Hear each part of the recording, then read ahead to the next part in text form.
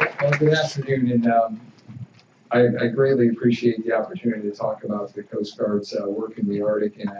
And we, the federal government, have actually just gone through a major effort in sort of getting ourselves lined up for the Arctic. And I'm not certain if perhaps, Fran, you talked about the executive order this morning, and what an effort to just bring everybody in line to sort of one line of thinking of where we're going. And I try, and having been a part of that effort for several months, for many months, I try to always start our speeches with the idea that, you know, America, and we're having a hard time convincing a lot of Americans of this, that the United States is an Arctic nation. We're not a nation with an Arctic state, and we all have a stake in the Arctic. And so I just like you to sort of think that way about it. The United States Coast Guard has been working in the Arctic since the mid-1800s. And as we see more water and less ice, that to us translates to more human activity, be it drilling or otherwise. And we're trying to prepare for that. And we're working very hard to understand the environment, because it is all about the environment in Alaska. Our primary missions up there are search and rescue, law enforcement, and marine and environmental response, as well as marine environmental protection. But all those things we do worldwide.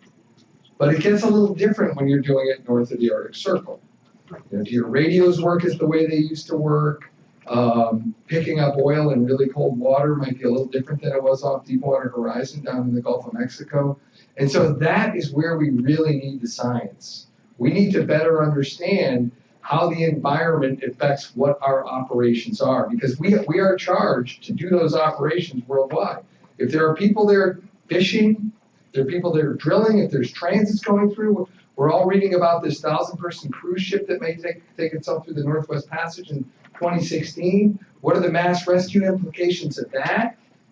There's no infrastructure up there for that. It's one thing if you're off the Bahamas and you go in the water, you can probably last a few days. But when you're up that north, you know, we've got to really start thinking about that. And we are, but we need scientific help on that, because we're just breaking ground here.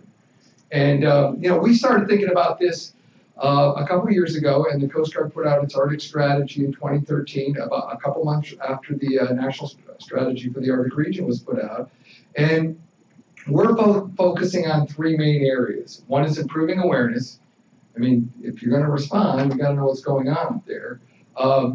Modernizing governance, you know, figuring out kind of who's in charge, law of the sea sort of stuff, and where the lines are drawn and whose authorities are best used up there. And then broadening partnerships. There is nobody that can do this alone up there. You know, we joked a little bit about we called it the Global Motor Coordination Center. That puts all those acronyms together, or words together in one acronym. Well, one of the things that we used to say all the time in the security world was, in today's world, there are very few single agency problems, and there's even fewer single agency solutions. And I think that plays out very, very true in the Arctic. Nobody can do this by themselves. We're not resourced for it. The environment demands that you partner with everybody. And so we continue to seek to broaden those partnerships at both the state, the tribal, the local, every level we can. We are working through all of our federal interagency partners, and that's why I think this executive order is such a bonus for us, because it actually gives us a genuine structure that we can sort of rally around. We've got the national strategy, we've got the implementation plan, but we really needed that one sort of defining structure that we can all do it, because everybody reads their implementation items just a little bit differently. And we are trying very hard to sort of bring all the federal agencies together. So I'm going to ask a question, and please don't be shy, but how many have actually been in Alaska or in the Arctic? That is awesome. So you know what I'm talking about then. And I was a retired Coast Guard officer. My time was spent on ships. I was fortunate enough to be captain of a ship, and that was my life. And we did some Bering Sea stuff and a little bit of the Gulf of Alaska. So it's very helpful, because generally when you're talking to a crowd like this, you don't get that many hands to go up. And so it's hard to convince people that oil spill operations are completely different when the weather may not even permit you to go out there and stop the oil, because it's just too unsafe. And those are things that we are thinking about. But specifically, I'm going to go through the couple of things that we talked about in the strategy. We call it improving maritime domain awareness. Yes, it is the ocean, okay, but it's the whole maritime domain. It's who's coming into the port, who's going out. all those type of things. We are struggling with that. And I think you see it identified in the strategy, you see it identified in the implementation plan. We need to get better at that. And that is not from just knowing what really, really big ships are out there or who's up there. I had the pleasure of being in Barrow in September, and the one thing the mayor talked to us was people are just coming off cruise ships and coming in. They're taking their small boat in. Now they're great, they're shopping in our stores, but they don't know who they are. And they don't know what country they're from, and they don't know, there's no background. And so, through our 17th district office in Juneau, we're helping them work with the Customs and Border Protection to kind of tighten that up a little bit. But those so maritime domain awareness goes from that to, are there Russian naval vessels out there, and everything in between. And so we need science help in that, be it just radar detection, what are the anomalies that are associated with being that close to the North Pole, and those type of things, to just basic data management as well. And how do we get this out to the right people in small remote villages that we might want to help report things that they see. On the oil spill response side, we are constantly looking for innovation there. This is a demanding environment that is like no other. And we understand, and we're working with all of our industry partners to enhance our abilities to explore oil, but likewise, we have to enhance our ability to prepare for a spill of oil. And that is a little harder than you think, just because of cold water and the lack of logistics that are present up there. We over the last 3 years, the federal government has, through FEMA and others, and with the Department of Homeland Security, we were able to do what we call a spill of national significance. It's called the SUNS exercise, and we looked at the Arctic for the last few years. And really what we decided was that, and we do these spills all the time, the three main themes were logistics, how do you get the federal message out, and how do we, it sort of goes to a prevention issue, how do we keep what just happened from happening again?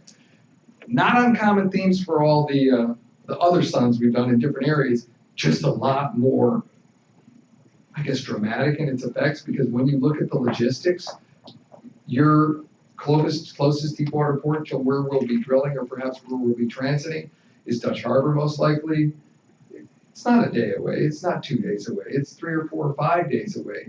And so do we require all those response assets to be right up there all the time? So that's all the things we're looking at, and how do we manage that problem?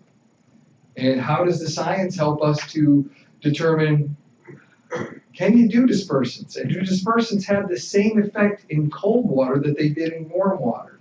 And is there a threat to the subsistence farmers, or subsistence fishermen, from those type of dispersants? We're working with our federal colleagues at EPA and others to work through those type of discussions, but those are all things that science will help us figure out. We also need to figure out better, how can we get the oil to, oil eventually evaporates, you do the in-situ burning and all of this, but does all that work above the Arctic Circle, and how well does it work? We've gotten some, Norway's working on this very hard. We're partnering with those folks. They're doing some good work there. We've also got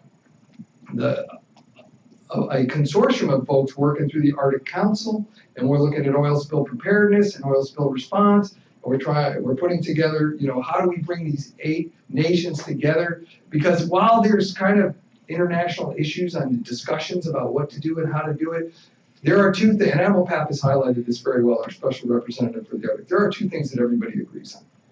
We want to be able to keep people out of the water, and we want to be able to keep oil out of the water. And so we've got a lot of people focused on this, and we are working through a lot of different avenues to do that. And I would like to highlight 2 of them. One of them is the Arctic Coast Guard Forum. We're currently putting together, we've got a North Atlantic Coast Guard Forum and a Pacific Coast Guard Forum. It's basically how the Coast Guards come together for best practices, be it fisheries enforcement, long distance search and rescue, and those type of things. So we've got the 8 nations of the Arctic Council putting forth their Coast Guards to participate in this. We'll have a March meeting, I think it's March 24th and 25th, right here in DC.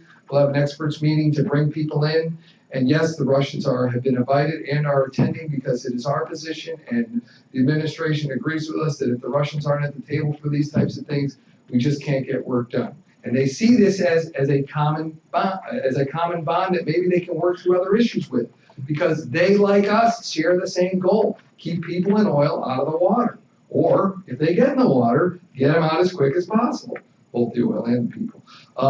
So we're working through that. We hope to. That'll be our first meeting of the technical experts. We'll hope to start sharing best practices there, because there are some folks that know what they're doing here and have been dealing with it on the East Coast side of things, and we hope to learn some from what they've learned.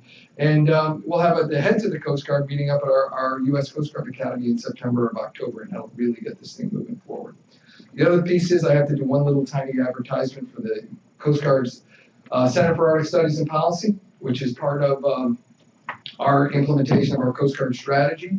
It's a small cell that we have up at the U.S. Coast Guard Academy in London, Connecticut, and what we've asked them to do is to look at, I think, and I know I'm over the sciences, but maybe we have enough people looking at the climate change aspects and all that sort of stuff, and we're certainly not going to go there from the Coast Guard Academy standpoint. But what we are trying to do is, what is the impact of all that stuff on Coast Guard operations? That's a little CG, so it would be all the Coast Guards.